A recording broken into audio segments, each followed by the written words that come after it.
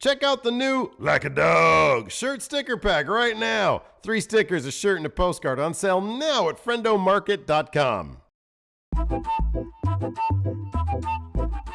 Hey, friendo, Steve here. And Larson. And welcome back to Going In Raw Match Chat, the only pro wrestling podcast you need to be listening to right here. YouTube.com/Steven Larson, and available wherever fine podcasts are. Be sure to hit that subscribe button and the notify bell next to it just to make sure you're always getting your new Going In Raw notifications. We're also available on the Patreon at patreon.com/Steven Larson, which is where we get the video questions for Matt Chat from. At the $20 a month Patreon mark, you too can have your video question featured right here on Matt Chat. But we have reward tiers that go as low as $1. $1. Where you get the show completely and totally ad-free. It's a great way to support Going In Raw. Yes. So, Larson, what? We have a variety of Matt Chat questions today. We got a lot of them. There's some good questions in here. There's a lot of good questions. Sometimes the Matt Chatters, no, they always bring it. They always bring the good questions. We're going to kick things off with a brand new patron, a brand new Matt Chatter. It's Cactus Jackie. Let's see what she has to say. Hi, Steven Larson. This is Cactus Jackie, leading the way for the Going In Raw Matt Chat Women's Evolution. I'm blazing the trail, breaking glass ceilings, and at the forefront of change. My first question to you is, like you, I'm a big fan of all of the NXT call-ups and would love to see them get better storylines and matches. In particular, I would have loved to have seen Ember Moon win the Battle Royal at Evolution. Some of my friends have disagreed with me and say that they haven't paid their dues yet. So my question to you is, what does a new to the main roster WWE superstar have to do in order to pay their dues and get those better storylines and matches? Thanks, friendos. Have a nice day. Thank you, Cactus Jackie. Thank you, Cactus Jackie. I'll go first. I don't know why I have a hard time. I'm used to saying Cactus Jack, but then you just add E after it. Yeah. Cactus Jackie. I love it. It's great. Anyways, here's the thing. I totally understand the frustration over call-ups. We get so invested in NXT. We want to see them come up and basically continue their story from NXT. I've jokingly said that I think that the NXT we see on TV sort of exists in a different universe than on main roster. And to be honest with you, storyline-wise, the way they transition sometimes, it really legitimately feels that way. Take Bob Roode is the perfect example. And we've said this a million times. Bob Roode, man, oh man, I thought he did really, really good work in NXT. Oh, yeah. I feel like they didn't entirely explore exactly what his character was beyond his initial sort of statement of what he wanted NXT to be. He never really brought that to NXT.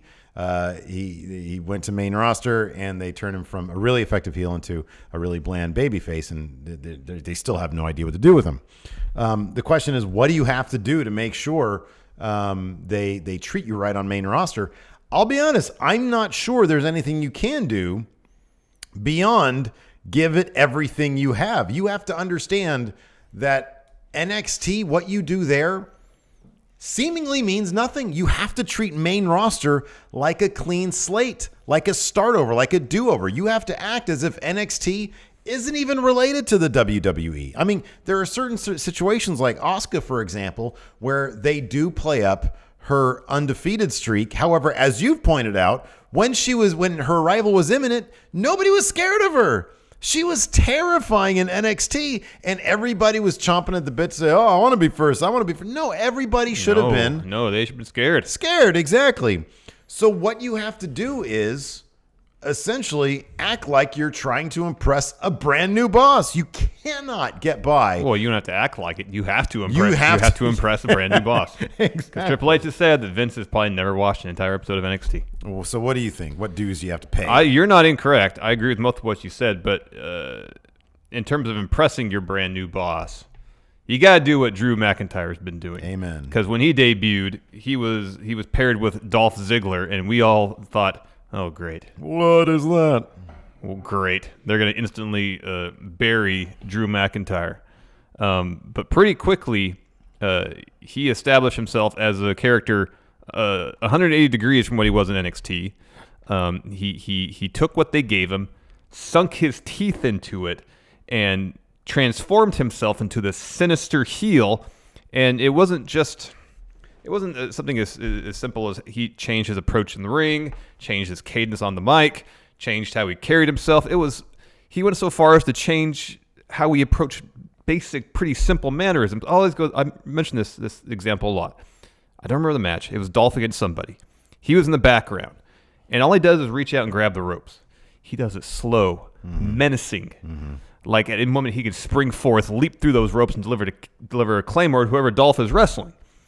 That dedication to this character, this new character that's completely different than anything he did in NXT, opened my eyes. I mean, I was already a huge fan of Drew, but it really shows the breadth of his abilities as a talent, and I'm sure it opened a lot of people's eyes in WWE that you could drop this guy with a completely different character in this situation that countless others may have floundered in, and he has succeeded probably beyond any wildest expectations.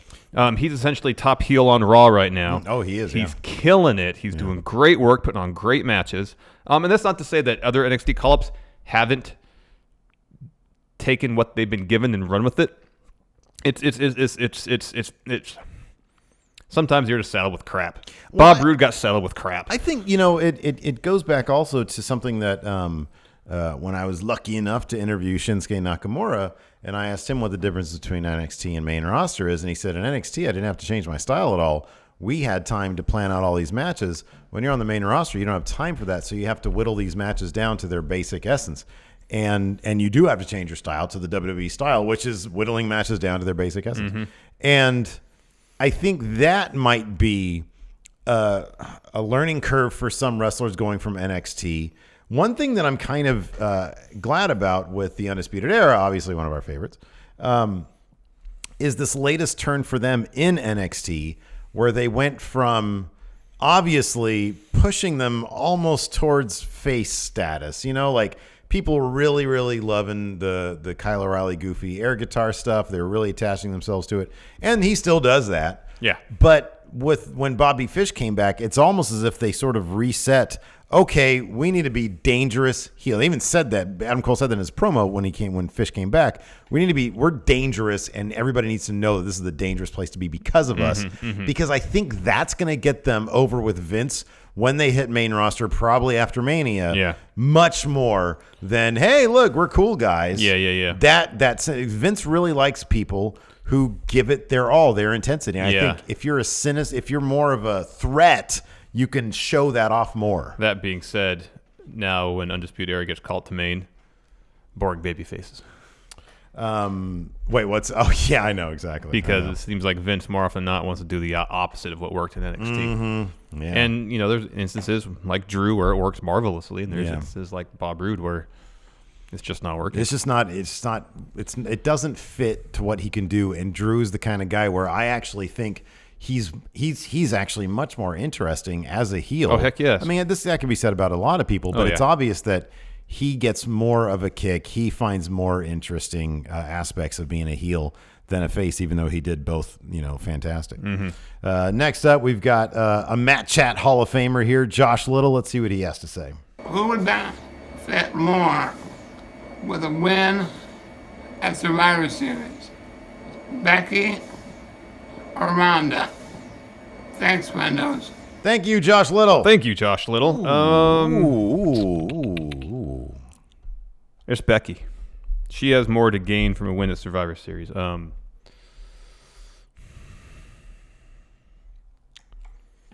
Ronda's been booked as basically unbeatable. Yeah, unstoppable, sure. Unstoppable over on Raw. Becky, as they touted on this week's edition of SmackDown, has put together the most wins either this calendar year or the last 365 days.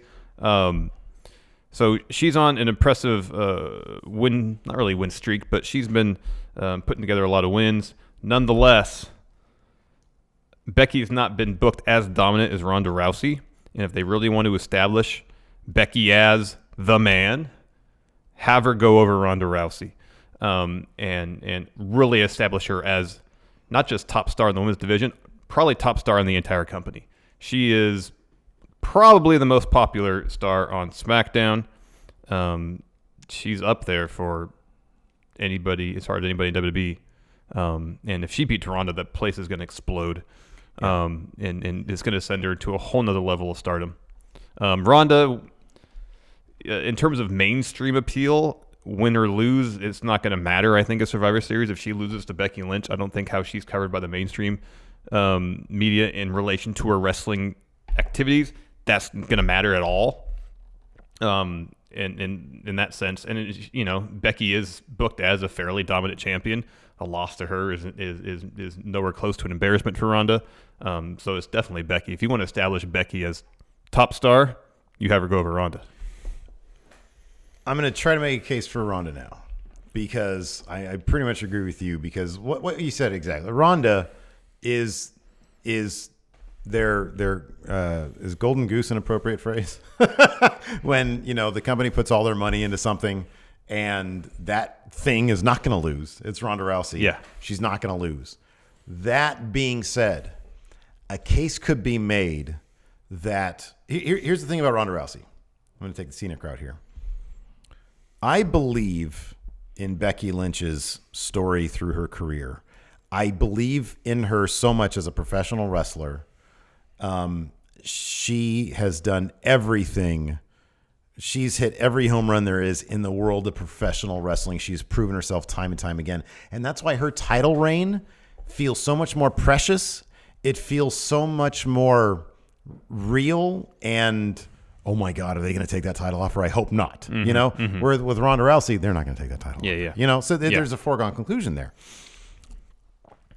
There could be something to Becky and Ronda going to a 4 3/4 stars match where Ronda could get some, and this doesn't really have to do necessarily with a win or a loss, although Ronda winning over Becky, if Ronda can come off in this match, and I think Becky's the person to bring her there, as a true pro wrestler, not somebody who has to be carried, although Becky would be doing the carrying. Yes. Not somebody who can be carried, but somebody who's carrying their own and putting on a stellar, not a good, not a very good, a stellar match with Becky Lynch, where by the end of it, I believe Ronda Rousey could have lost, where I believe Ronda Rousey is now truly a professional wrestler, then I think Ronda going over Becky in a match that Becky can bring her to would do more for Ronda than it would if Becky beat Ronda. That's the argument for Ronda, is that this is the stiffest competition she has faced yet, and if she could beat Becky, it would prove her bona fides as a professional wrestler. Yeah. And then whatever critics there may be about her in-ring ability would, I would hope, be silenced. Yeah.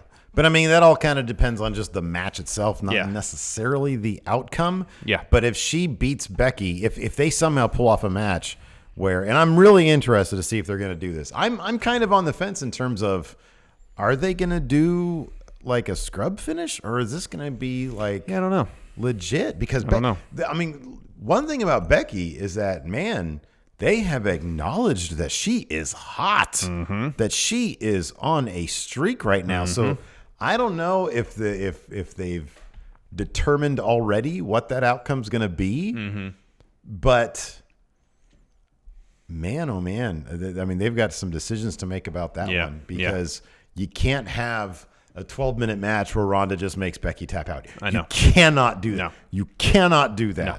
This has to be a special match, especially coming off that Charlotte-Becky match that they had. Yes. This has to Anything be less special. than special is going to seem like a huge disappointment, regardless of who wins. Either special or just plain overbooked with a bunch of people running in. I mean, well, here's the thing. Here's the thing about that is that more than AJ Brock, these two, you want to protect both of them so hardcore, and that shows what kind of status they have in the company. So an overbooking would almost be a sign of respect to them, because you don't want either one to lose. Potentially. That'd be interesting if they do that. If something Yes. tells me we're going to get a 12-minute Becky loses match. Yeah, no. I hope not. That's like could the be a worst case massive scenario. disappointment. I know. Next, from Christopher Rampersad. Let's see what Christopher has to say. Hello, Stephen Larson. So my question is Brock Lesnar the modern day Hulk Hogan? Meaning that how the matches are booked for him, and how much money he's getting paid a lot. Is your guys' debate, is this true or not? Or how do you feel about the subject? Thank you, Christopher. Thank you, Christopher. I guess in the sense that you have someone in the main event who clogs things up and either directly or indirectly doesn't allow the people to get their hands on titles. I guess the circumstances are different. Hogan would politic his way to the tops because he craved that top spot. I think Brock just likes a good payday. Let me ask you something. And so if the payday is associated with holding the Universal title, he won't say no to it. I don't think Brock politics to be Universal Champion. No, he doesn't care about that. He doesn't give a shit about any of this Fantasyland stuff. No. But let me ask you, this sort of raises a good question. When did Hogan start politicking? You know what I mean? Because so the closest analogy I could think of here with Brock Lesnar and Hulk Hogan is probably early Hogan till WrestleMania 3 or 4 maybe. But I don't know. I don't answer that. Because that was Vince saying, "Cash cow, I'm going to make a ton of money off you. Yeah. And just trust me, you're going to, I'm going to book you to the moon." Yeah. And I'm sure Hogan did care, or at least that was the point where he started understanding, man, I can make a lot of money if I win a lot. So I'm going to start making sure that happens because I'm Hulk Hogan. I'm a big star. I wonder at what point. Maybe he started politicking back in the AWA. I have no idea. I have no idea. I'm sure there's probably maybe Pritchard has talked about it on his podcast. Could be. I don't know. Yeah, I have no idea. I don't know. That's the huge difference is that as far as we know, Brock doesn't politic. That's one thing you can say about him. You never heard about Brock Lesnar like walking out because he was gonna lose. This dude walks in. Oh, Goldberg's coming in. Let me lose first because then we can make a ton of money. I don't think he gives a damn. I think that he's probably him and Heyman legitimately. I think they probably have a good mind about, hey, what's the best way to make the most amount of money? Yeah. And usually in their heads anyways, that's Brock winning a lot for an eventual big payday where he loses. And he's totally happy doing that because it's a big old payday. Yeah, that's all he cares about. But yeah, I think that's what he cares about. I kind of respect that, It's like whatever. What do you want me to do? What do you want me to do? Okay, I'll do it. We can make more money doing something else, Yeah. As with Hogan, it was just about making money for himself. I honestly think Hogan, he didn't care about making money. He just loved winning. I know. He loved winning fake stuff, dude. I know. That's so awesome. And he just said he was going to beat Rusev at WrestleMania. Yeah, I know. Ugh. Next, Wayne-Maker. Wayne-Maker. See what Wayne-Maker has to say. Bell end. What's up, Stephen Larson? It's your boy Wayne-Maker here.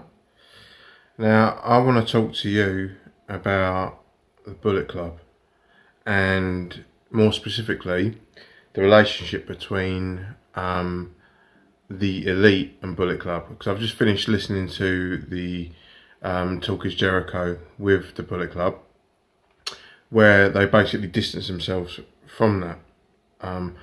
And for me, the Bullet Club's always seen, for me, the Bullet Club's always been like the anti-establishment faction. We're not WWE. We can do it on our own.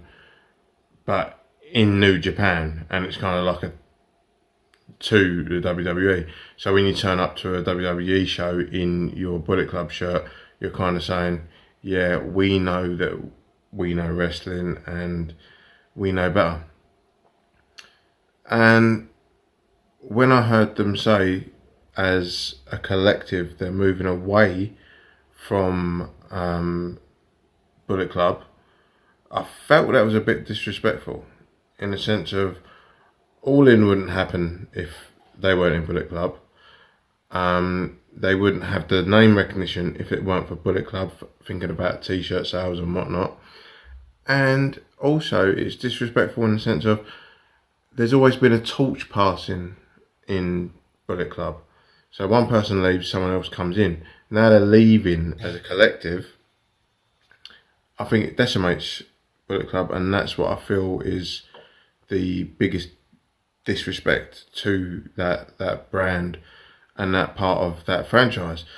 So, am I wrong or am I right? Please discuss. This is just my feeling on that. It seems that they're using that platform to get themselves ahead. Don't get me wrong, they're brilliant wrestlers and everything like that. But I feel that they've used Bullet Club as a stepping stone when it used to be an anti-disestablishment protest faction. Cheers. Bye-bye. Thank you, Wayne Maker. Yes, it's absolutely what he said is exactly right. I literally tweeted at this morning, and what he said is exactly right. As much as I hate to agree with Wayne Maker, passing the torch in Bullet Club. What happened when? I don't think they ever kicked out Devitt. Yeah, they did. They did. Okay. Yeah, Young Bucks beat him up. Okay. The same day that the same show Styles had his first match. Okay. They kicked Devitt out. I know they kicked AJ Styles out. New Year's Dash. And they had that great Kenny Cody thing. That was supposed to be who controls Bullet Club, that match that they had, their blow-off match. And then Firing Squad comes in, and it's like, oh man, the Elite, the biggest, the most popular era of Bullet Club, I think not even close, has been Kenny Cody Bucks. Yeah. And then Hangman Skrull. Not even close because of the merchandise, the being the Elite, all that. Say what you will about what their creative has been like, and because I personally think that era Bullet Club is the most interesting because they were scary. Yeah. And as much as I love the matches at the Bucks and Cody and Kenny, and I think a lot of the being Elite stuff is really funny, it just, it's like, oh, you guys are goofy. I remember when I first started watching New Japan a year and a half ago, I guess. Well, almost 2 years now, huh? And shortly after that, I was getting really into it and stuff, and I noticed that Young Bucks and Kenny, during that sort of almost downtime from Bullet Club when they were still adjusting right before they came back up to prominence. After Kenny's first Okada match. Yes, yeah. They were wearing a lot of Elite stuff. Mm-hmm. They have always had that in the back of their heads. No, publicly they've said, even back as far that the Elite is their focus. Yeah, but then when you go to All In, as Wayne Maker says, when we went to All In and we looked up at the stage, what logo did we see three times over? It was Bullet Club. It was Bullet Club. Yeah. Exactly. And so, look, it's a business. If New Japan wasn't cool with any of this stuff, then I'm sure if New Japan wanted a passing of the torch, a blow-off, they probably would have scheduled one. They probably would have. So, I mean, you kind of got to put this less on the Elite and more on New Japan, I would think. Right? We talked about it extensively in our SmackDown recap this past Wednesday about all this because you brought up the tweet you had. Yeah. And I don't think it's disrespectful. I think it's disappointing we didn't get a blow-off match or a passing of the torch. I think that's disrespectful. Maybe they didn't want to do a passing of the torch because no one's leaving for another company. And maybe they want to save that story beat for later. As far as we know, Kenny or the Young Bucks or Cody aren't going to WWE. We don't know that as of yet. What if they did this? What if we're jumping the gun? I'm going to throw this out. What if we're jumping the gun on it? And what if once the contract situation is figured out, then they'll have the blow off. Then they'll have either a blow off or they'll have like a proper feud where maybe they'll retake Bullet Club or something like that. I mean, it's Wayne Maker talks about how the Elite has taken advantage or exploited the Bullet Club's popularity to advance themselves professionally. The inverse is true as well. New Japan profited handsomely due to the ascendance of Bullet Club while Kenny, Young Bucks, and Cody were leading the charge. Mm-hmm. It's a business. Everybody's profited from this business relationship. And if the Elite thinks it's better for them business-wise to do their own thing, and if New Japan thinks it's better for them business-wise to separate the Elite from Bullet Club in case they leave, then I don't see any disrespect in any of it. The only thing that's disappointing in my mind is that we didn't get that. If this is really a parting of the ways and this is the end of it, that we didn't get some finality to it. That's the only thing that's disappointing. But I don't necessarily see anything disrespectful. I don't necessarily. So when I say disrespect, I'm sort of tongue in cheek because when I totally lost my train of thought. I totally lost it right there. No, but when they sort of just tweet their way out of Bullet Club, it's dramatically underwhelming. It is, and that's the only thing missing from it. If there was a good dramatic story being told that concluded, whether it's a literal passing of the torch where Kenny loses the Tama Tonga and heads out the door, or just kind of a figurative one in the sense where there's Bullet Club on the line, Tama Tonga or Jay White, whoever the case may be, ascends to the leader, and there's some conclusion. This doesn't feel like there's a dramatic conclusion to anything. It just ended with a whimper. Yeah, that's sort of the big problem with it. I mean, I guess it's this: if there's any disrespect happening, it's from New Japan not giving the new Bullet Club, the Cutthroat era, not giving them. They're not starting with the kick in the pants. They're not. Like, it was just like a picture of them at Denny's, like for their group meeting. Like it's a Boy Scout meeting or something. Yeah. Like, I don't know. It just didn't. But it felt that way from the Firing Squad when they attacked Bullet Club at the Cow Palace show. And then during the G1, you're like, oh, this is going to come to a head. Right, yeah. And then all of the Firing Squad members just end up getting each other DQ'd in the G1. I would have a really hard time believing that any of those guys in Bullet Club, maybe those, I don't know, man. I don't know. I have a hard time believing any of those guys would be like, yeah, no, we want to protect ourselves, so we're not going to do a match where they get control of Bullet Club. Like, that doesn't seem like them. I think they would do whatever New Japan wants them to do. Yeah. Because what do they care? But maybe it's a situation where we have Jay White versus Okada at Wrestle Kingdom. Say Jay White picks up the win. He's emboldened. So he says, Kenny, I'm calling you out. Mm-hmm. That's Kenny's first feud for the title after Wrestle Kingdom. And that's when it all starts might come to a head where there's various matches between various members of each faction. Maybe Kenny defeats Jay White, but just based how they book the match and tell the story. Oh, that's what I was going to say. Sorry, before I lose my train of thought, I'm sorry to interrupt you.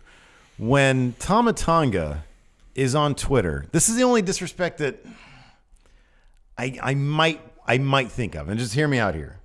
Tama Tonga's on Twitter, and he's talking crap to the Young Bucks.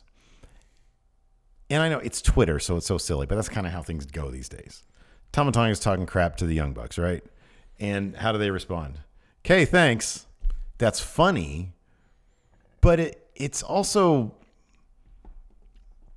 the word isn't dismissive, but it's, oh, well, I don't really care what you say because I'm doing my thing over here and I don't care about Bullet Club. It's not feeding into what it's should not be. Feeding, yeah. I mean, if there was a potential here to like if I'm Tama Tonga, I'm like, work with me here. Yeah, like exactly. Shoot something back so at I think me. there's a potential here if they're going to have this transitionary period of Bullet Club to do something interesting that could, I don't want to necessarily say catapult Bullet Club to greater heights, but set it in a new direction. Sure, yeah. An interesting direction. Yeah, something different, yeah. And it just seems like they haven't done it. Yeah. For whatever reason. We don't know. Maybe it's something they're waiting until after Wrestle Kingdom, until the contract situation's worked out. If so, that makes perfect sense. Sure, yeah. I mean, no, I will guarantee if New Japan, I would think, if New Japan loves their factions, even though they're a hot mess right now, like what's going on with Chaos, we don't know. If New Japan re-signs the Elite, this can't be the end of the Elite versus Bullet Club. No. Like, they've got to revisit that, I would think. And I would not be surprised at New Year's Dash to see Jay White lay out Kenny Omega. And if they do end up signing with WWE, I would still think they would do some sort of... I don't know if they'll get the opportunity. Unless it's really just New Year's Dash. Because the Young Bucks contracts are up December 31st. Yeah. Or January 1st for free agents. So they'll work Wrestle Kingdom. Even if they're leaving, New Year's Dash would have to be a kick you in the butt goodbye. Yeah, that's why I was with AJ. You know. So, but I feel what you're saying, Wayne Maker. I do. Like, it just lacks a, you want that blow off where it's like, okay, no, these guys are now standing tall. Yeah. And I think that would have benefited Jay White and Tama Tonga and the rest of Bullet Club OG a lot. Yeah. Instead of just kind of things fizzling out. Next, B-Man. B-Man. Patrick Sparks. Let's see what Patrick Sparks has to say. Hey, friendos, Pat here. All right, Halloween's come and gone. Thanksgivings are coming. But what I want you to debate, which Halloween Havoc is the best Halloween Havoc and which one is the worst? We all know that there's good matches on some of them, like Vader and Cactus Jack, and there's bad matches, like my one I mentioned a couple weeks ago of Hogan Warrior. But which pay-per-view is overall the best, and which one is the worst? Thanks. Bye, friendos. Thank you, B-Man. Thank you, B-Man. We have the same answer. Yeah, best one's probably Halloween Havoc 93, mostly due on the strength of the main event, Cactus Jack versus Vader, in a spin the wheel, make a deal, Texas death match. So we haven't talked about that. I think we did a going in review on this, didn't we? Mm-mm. We didn't? No. Are you serious? No. Oh, wow. Not that one. Oh, wow. We should. Yeah. So, yeah, we haven't really talked about it. I know we've talked about it a couple times. Yeah, we've talked about this match. I've watched, okay, you're right, because I think I've only watched like the main event, maybe some other stuff, but it's WCW, and this isn't like it's ECW or FMW or something like that, where the crowd is all there for death matches and violence, right? Yeah. This is WCW. So, like, the crowd is like, a normal wrestling crowd, like lots of families there and stuff. And then they have that corny Halloween Havoc set. Right. And in the main event, you've got a legit, and this was a rough, physical, violent match, a Texas death match between Vader and Cactus Jack that is brutal and really out of place, like seriously out of place, which makes it great, makes it absolutely great. I'm looking at the rest of the card. I'm sure there's other great stuff here. Look at that. How you can go wrong with Rick Rude versus Ric Flair for 20 minutes. Sting versus Sid. Oh, it's got to be great. That's got to be 5 stars right there. Dustin Rhodes versus Steve Austin for the 27th time, I'm sure. Oh, Regal versus... They seem like they wrestled endlessly in the early 90s. Regal versus the British Bulldog here. All good stuff. Now the worst. It's easy. Halloween Havoc 98. I mean, the main event had to be preempted because of Hogan and Warrior. So it's been a little while since I've actually watched it, although I do remember very, very clearly. And I'm curious. I want to watch Brian Zane's video about it. Oh, yeah. Because he just did that like a couple days ago. So, yeah, we had Hogan versus Warrior 2, which was awful. One of the worst matches ever. Awful. 2 men completely on different pages. Yeah. Completely. It's as if, like, we've heard from, our wrestling friend and H champion, Madam Mayhem, that, you go to a wrestling show, you go up to the dude you're fighting, and you say, hey, what do you want to do for this match? Okay, cool. Yeah, this is what I do. This is what you do. Okay, cool. This felt like Hogan went up to one person and said, hey, what do you want to do for this match? And it wasn't Warrior. And then Warrior went up to a different person and said, what do you want to do for this match? And then they said something different. And then these two had a match. Yeah. It literally felt like 2 men having 2 different matches. Yeah, there was no pre-planning whatsoever. And then, because nobody knew how to do time management properly, a match that actually apparently was pretty decent, Goldberg versus Diamond Dallas Page, did it get cut off early, or did it not even... Some areas, the feed of the pay-per-view cut off after Hogan Warrior. And so Goldberg versus DDP for the heavyweight championship. It was a dark match. Aired on Nitro the following night. Oh, Lord. Didn't they have to do like a ton of refunds? Yeah. Oh man. But look at the rest of this card. You have Bret Hart versus Sting. Should be great. Mm-hmm. Something that ended by knockout. Scott Hall and Kevin Nash which concluded with a count out. That could have been. They never had like a proper Scott Hall isn't being. Remember that? I think they were doing like a storyline where Scott Hall was an alcoholic on air, and he would show up to his matches drunk. Yeah. They never really had hey, Scott Hall gets back, to full force, and let's fight Kevin Nash for not being my friend during this, or something like that. Mm-hmm. They never did that. Nope. It's a terrible show. Awful. Look at this. Rick Steiner versus Scott Steiner. Wow. That actually legitimately sounds great. They gave it 5 minutes. It's because Rick Steiner and Buff Bagwell defeated the Giant and Scott Steiner right before it for the WCW World Tag Team titles. What would be the impetus for that? Why would they then have a singles match right afterwards? I don't know. It's all ridiculous. Jeez. All ridiculous. Oh, but Wrath beat Ming. 4 minute, 20 minutes. Chris Jericho 20. versus Raven for the that TV was title. Probably pretty that good. Could be fun, but it's less than 8 minutes. Well, So, what are you going to do? Next, Tim Spulak has a question, or his wife has a question for us. Uh-oh. Hi, Steve and Larson. So, this is going to be coming the conclusion of the feud that's happening at my house. I'm Tim's wife, and I'm deciding to put it to an end. So, my question for you, so I'm taking their Matt Chat question this week, is what is the most satisfying all-time ending to any feud that has happened in wrestling that you feel like you want to bring to the table? Now, boys, behave and say goodbye.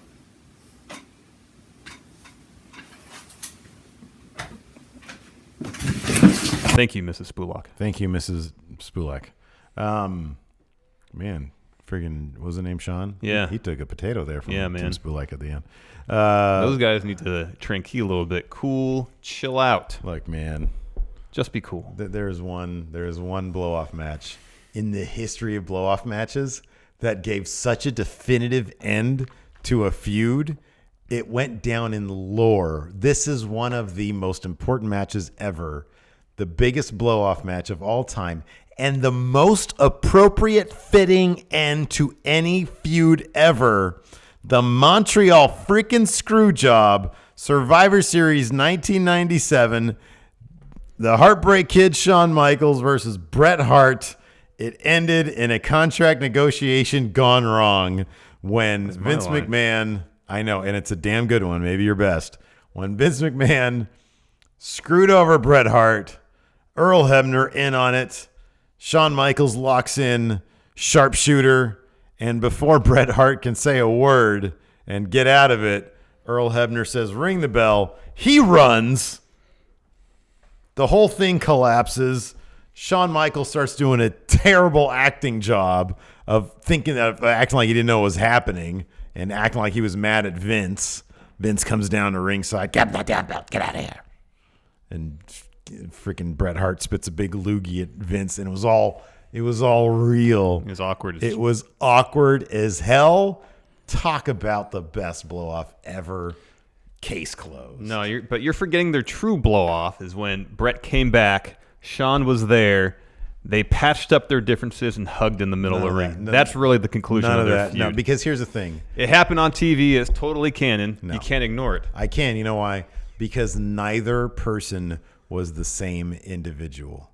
Neither person. Shawn Michaels had gone through a complete reformation. Yeah. He was a born-again Christian. Yeah. Completely different person. Bret Hart, as soon as the Montreal Screwjob happened, he turned into a different person. That is true. So none of that. No, man. That ended. I almost put here Stone Cold Rock because their final match at WrestleMania 19, Stone Cold's final match at WrestleMania 19, culminated so many various stories with the end to the best feud, without a doubt, of the entire Attitude Era, and finally gave The Rock his win over Stone Cold at WrestleMania.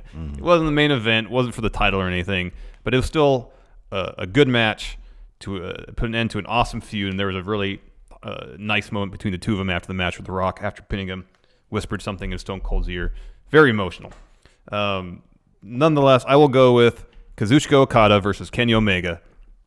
Okada, over the course of his record-breaking title reign, pretty much achieved everything one can as champion, save for breaking Bruno's all-time longest reign record. Still lots of time for that, though. Yeah. So he'd already defeated Kenny once. Time limit draw the second time. At this point, Okada was basically unbeatable. He had gone through everybody. And so even going into this match, we were both kind of unsure what Kenny's chances were. And it culminated so many stories that they had been developing through the duration of their entire feud. And in the end, after about, 65 minutes, Kenny scores the final fall with the one-winged angel, picks up the win. Unexpected, really fulfilling, great storytelling. Everything that we really love about professional wrestling is encapsulated by this feud. And at the end, we were sitting back there at 4 a.m. watching it, losing our minds. It was an incredible moment. Yeah. So I'll say that.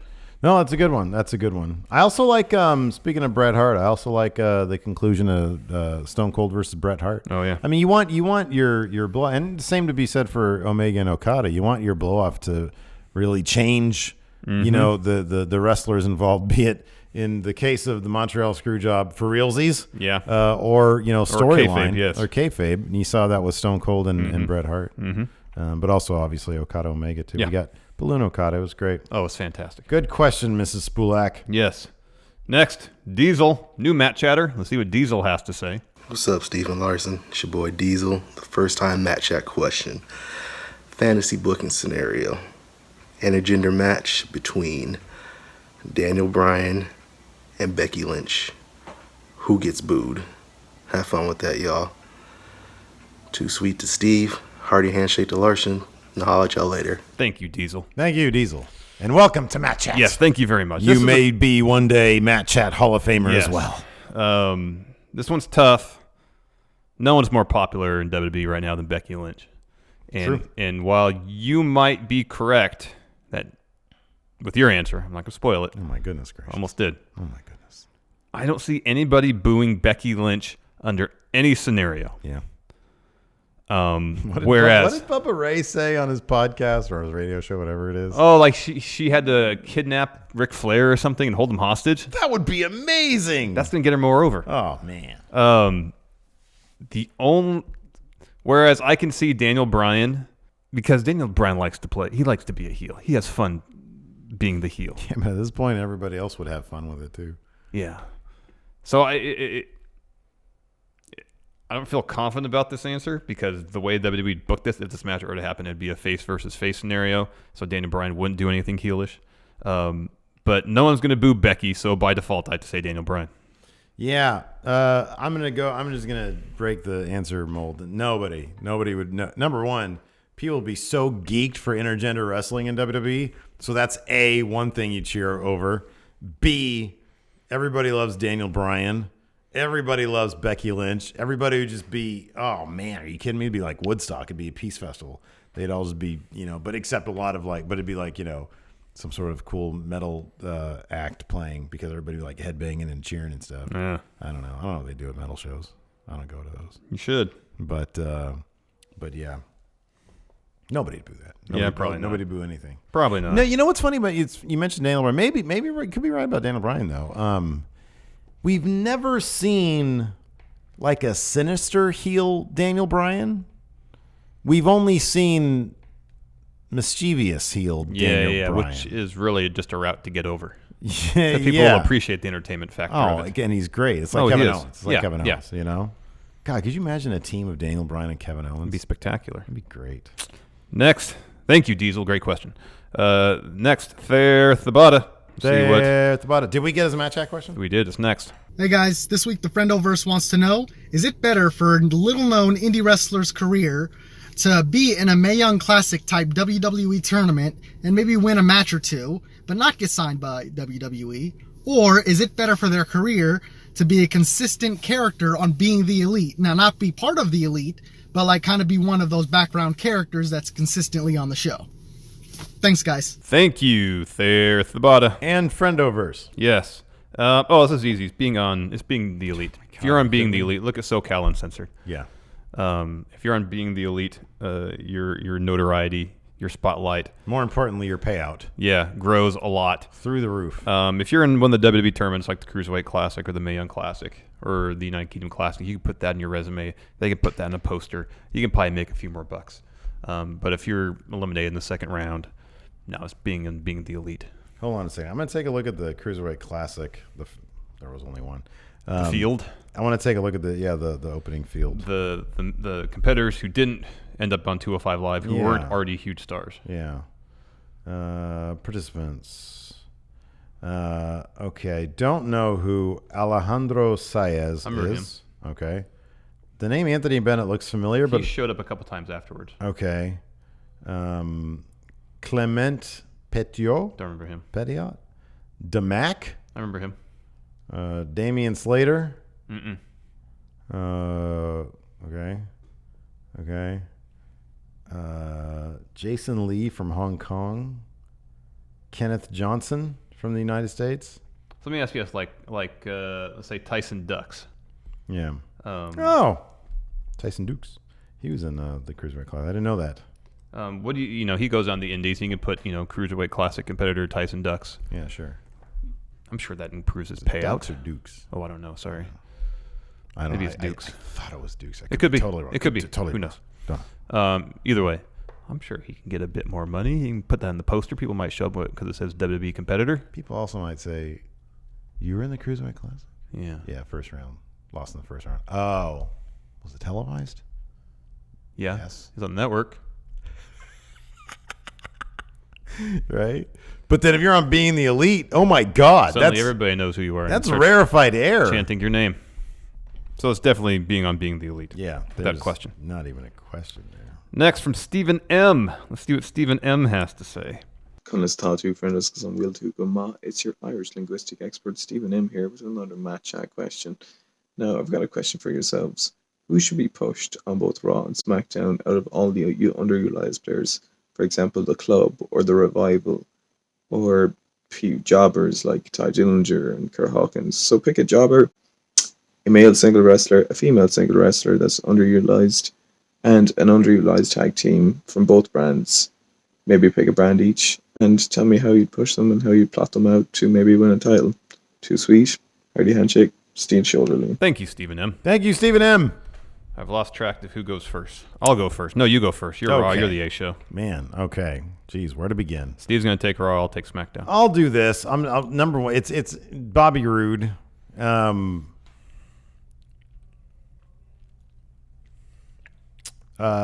you just push Bobby Roode because do I have to explain why? Turn him heel, push him. No. Do I do not even have to explain why. Bobby Roode, Revival should have had the tag straps before Authors of Pain. Mm-hmm. You know what's funny? I have Sasha and Bayley written down here because it's like, man, Charlotte and Becky Lynch are doing great things on SmackDown, and Sasha and Bayley, they have a decent spot, I guess. They're going to be tag team partners whenever they unveil these tag championship titles. Yeah. But I kind of feel like Sasha and Bayley kind of can go on their own momentum. Do something different with the Riot Squad. They're like marvelously talented, lots of charisma, great chemistry. Creative doesn't do anything with their characters, so nobody cares. So I'm going to say them. I'm going to say Riot Squad. Those are my picks. Okay. On SmackDown, I'll go with Andrade Cien Almas. Whenever he's given an opportunity, he does good stuff. He's just not featured in a prominent role. He's not on TV consistently. He's not in a feud. He's showing up now when they want someone to put on a great match, it feels like. Man, you hear about Zelina Vega? She had a concussion. Oh, no, I didn't hear about that. That's why she wasn't in England. That's a bummer. Yeah. As we saw this past week in his match against Ray, Almas is fantastic in the ring. Let him get some wins. Put him in a real feud. Yeah, that's what he needs. Whenever a face beats Nakamura for that U.S. title, not the first feud, probably the second or third feud that face U.S. champion has should be against Almas, and Almas should win that belt. Yep, I agree. Or even do a freaking, Nakamura. I know he's a heel technically, but this whole United States of Nakamura thing, what is it? Knock America thing. I mean, that could easily be a tweener thing. Oh, yeah, just have him and Almas for 3 matches. Yeah, that'd be great. Oh, God. Give me that. In the women's division is Asuka. Asuka. If she doesn't single-handedly win the Survivor Series match for Team SmackDown, they're doing it wrong. In the tag division, Sanity. They're not even on TV. Yeah, I know. The only reason they show up on TV this week is Nikki Cross. Introduce Nikki Cross. Yeah. But hopefully now that she's there, she will serve as a catalyst to get them on TV more often, a more prominent role, get involved in the tag division, the tag title scene. They're all really great. So yeah, Sanity for sure. Yeah, you need to get Sanity into a thing with Thebar. Mm-hmm. Especially you got now Big Show and Thebar. Mm-hmm. He can match up good with Killian Dane. With Damo, yeah. I think that'd be really good. Yeah. You need to do that. Yes. Next up, Ryan Rugani has a Matt Chat question. Let's see what he has to say. News. This week, my question is for Steven Larson to pick 5 main roster superstars that are being buried, like Almas and Sanity, and put them back into NXT with one person to feud with. Who would it be? Mine would be Almas versus Ricochet, or Almas versus Adam Cole. One of the two. Too sweet and hearty handshake, guys. Thanks. Thank you, Ryan. Thank you, Ryan. I go first. You go first. Oh, dude. So remember when Ty Dillinger was in NXT? Oh, that was a bad idea. I said there's a storyline potential there for him to become NXT champion. Yeah. And it was there. Yeah. He had momentum by him. He was super over with the crowd. Thanos went like this. Gone. Bring him back to NXT. To do what is this though? To feud with who? Oh, that's a terrible. He gets so buried. You want people to boo Ty Dillinger? They're not going to boo him. Yeah, they will if they get super violent with Ty Dillinger. The Undisputed Era destroying Ty Dillinger, and eventually he picks up a W over Adam Cole. Adam Cole doesn't care about winning or losing. He's lost a ton in NXT. I don't know, man. He doesn't care about any of that. I don't know about all that. It would do wonders for Ty. He's not doing anything. He's hurt right now. Ever since he got called up, they haven't done anything with him. That's true, man. I guess in hindsight, me saying he's going to win the NXT title, that didn't pan out, obviously. How about this? I got an idea. Let me do this. because you're done. Johnny Gargano. All right. Let's say, and I kind of agree with you that I'm not sure he's actually going to win the NXT title because that's not necessary for him to complete his character arc. However, let's say they go that route. He finishes the takeover, finally conquering his own demons and Tommaso Ciampa to win as a face the NXT championship. Everybody loves it. And then he's attacked by Masked Attacker. And it ends up being a new, vicious, haircutted Chad Gable back to NXT saying, Gargano, you're basically me, but I just came around too early, because they're both big wrestling guys. They both have that kind of next door dude personality thing. And so he's attacking Johnny Gargano for essentially being him, Chad Gable. Before he was him. Yeah. Before there was him. Yeah. It's evil Chad Gable coming back to fight good Chad Gable in the form of Johnny Gargano. And Chad Gable, I think very quickly, because of how good of a wrestler he is, he would fit back in. It's so difficult not to think of guys going from main roster to NXT as failures. It's so difficult to not think of them that way. I think Gable is probably the one guy who'd come back and people would accept him because he'd be putting on some stellar matches off the bat. Yeah. And you'd need to reform his Well, I character. think also with NXT, too, if you go to main and come back, if there's the sense that you had unfinished business in NXT, yeah, that could make some sense. That could be. Next, Christian! Is he still working this one? I don't know. I couldn't tell. All right. Christian, let's see what he has to say. Sup, Steve? Sup, Larson? Is the Hall of Famer Christian here with yet another Matt Chat question. So we all know about the count-out that will never happen, the 10 neat things Edge has ever done. But my question is, for you guys today, is who other than Edge has done the most neat things in the history of wrestling? Thank you guys. Too sweet, hearty handshake, shoulder lean, and I'm coming to W Steve W. Thank you, Christian. Thank you, Christian. So we both came up with the same name at the same time. Yeah. And it's Randy Orton. Yeah, it's Randy Orton. Buried amongst Randy Orton. Randy Orton's career is kind of like an episode of Monday Night Raw. There's like an hour of good, really, really good stuff, and then 2 hours of just Randy checked out. Yeah. But that good stuff is really good. And if you extrapolate a 13-year career or however long he's been around to like my 1/3 of it is really good. That's like 5 years of really, really, really good stuff. 4.5 years. 4.5 really years, exactly. Good stuff. So let's list off some neat things he's punting done. people in the head. He kicked Mick Foley down a flight of stairs. He birthed Cody Rhodes' career. Okay. He's been in the third most Hell in a Cell matches, 7. 13-time world champion, or maybe 14 now. I don't know. 13. Yes. Still 13. Triple H is 14? Yeah. Okay. Yeah. He put a screwdriver through Jeff Hardy's ear. That was just a couple weeks ago. Still relevant, Randy Orton. He shook people's hands as a way of hazing them after he touched his own private area. Well, that's not so neat. It kind of is, though. He crapped in somebody's luggage. That's less neat than the first No, thing, it's still not. It's not neat at all. But while you mentioned that one, it's still kind of neat, though, because it's a funny story. His Instagram antics with his family and especially his wife are hilarious. That's all very neat stuff. He had what was either a groupie or an escort, a hooker, pinch his nipples on an episode of Raw. Remember when Evolution? Mm-hmm. He did the Evolution. He was in Evolution too. Yeah. It was all that made me uncomfortable. Yeah, it did. He learned Bray Wyatt teleportation and I-beam powers. Yes. Well, almost I-beam. Yeah. But teleportation, yes. Yeah. He managed the feat of burning down someone's house while remaining a face. Well, they wanted us to That's an believe impressive feat. He did burn down a person's house. And we're only talking about right now about the stuff that he's done like lately. So like, yeah. He's done a lot of really, really neat stuff. Some stuff not so neat, but... Yeah. Apparently, The Undertaker was totally cool with Randy Orton beating him... To end the streak, yeah. To end the streak, and then they never did it. Nope.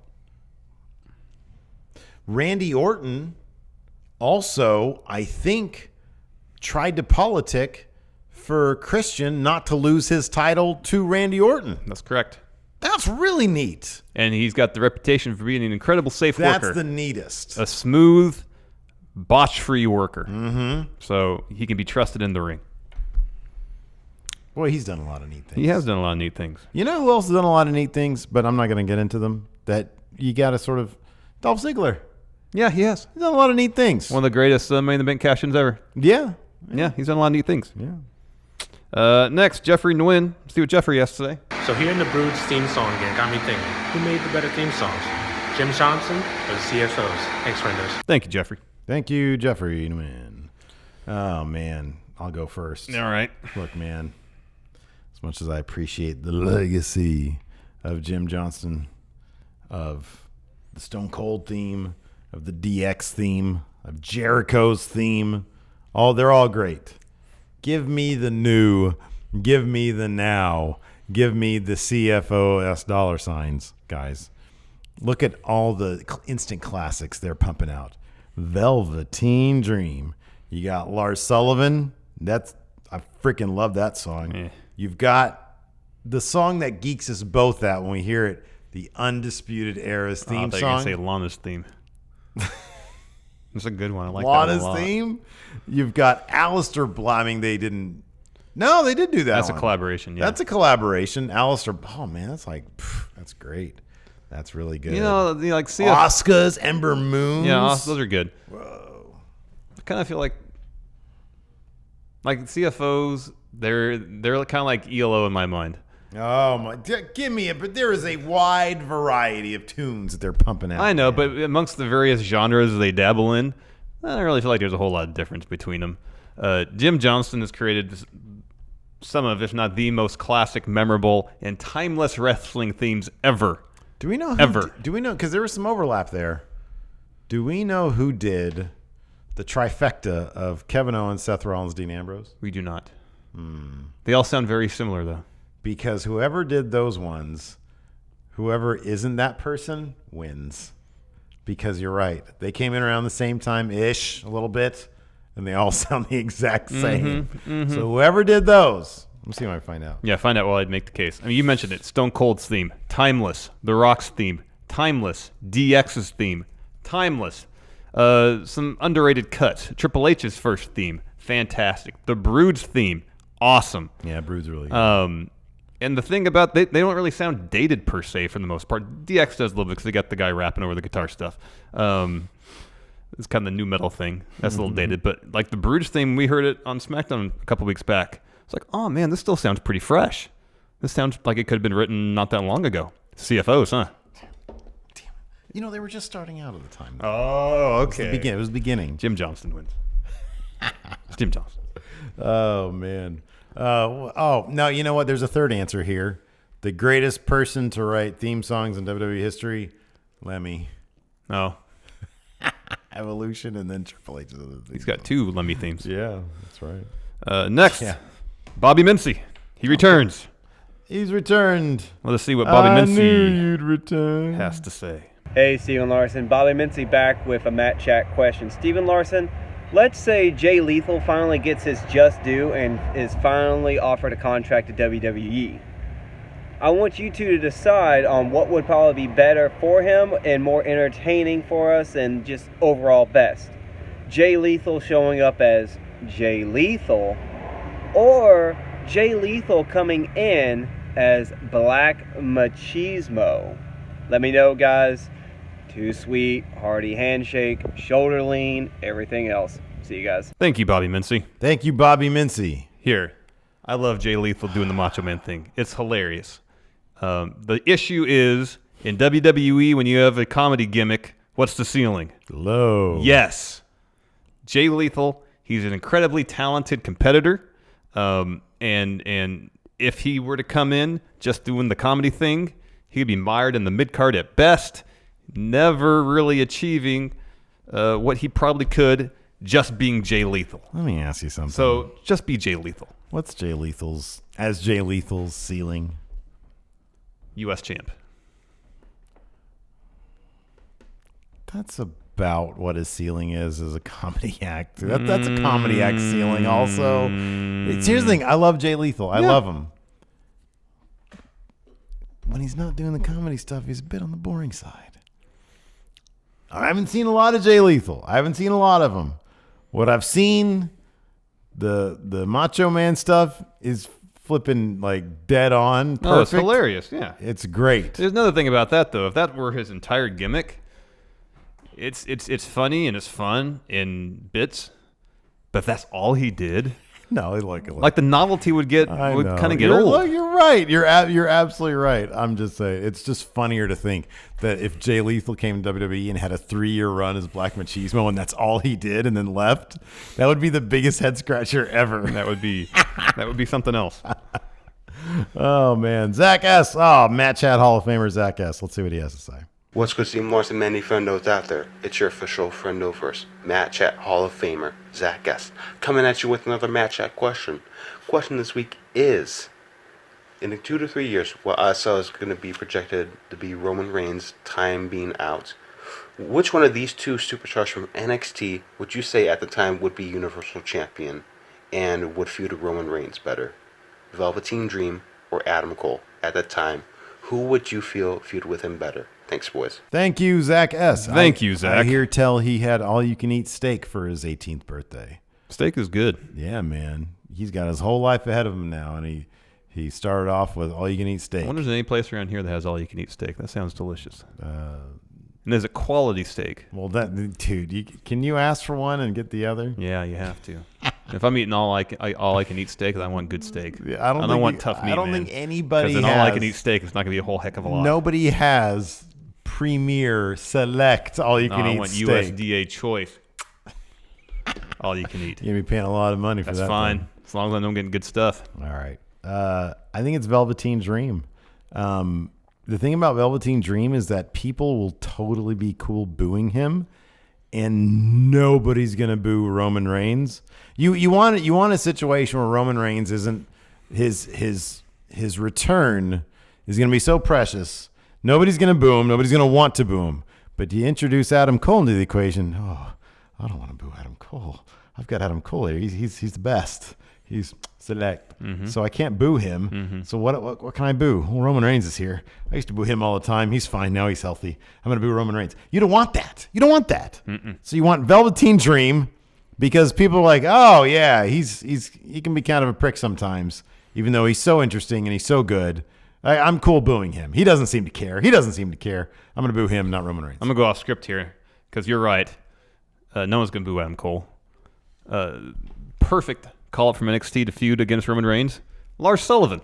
Oh, yeah. That'd be perfect. Oh, that's a good one. Everybody will boo Lars Sullivan. Yeah, that's a good one. It's. I boo him now. Yeah. Except I love his theme song. His entrance is so good. It was better when he showed his rear end towards the audience. So comedically, it was way better. But dramatically, man, they really killed it. Oh, the silhouette's great. Oh, that choreography that's is fantastic. Yeah. Yeah, it's Lars Sullivan.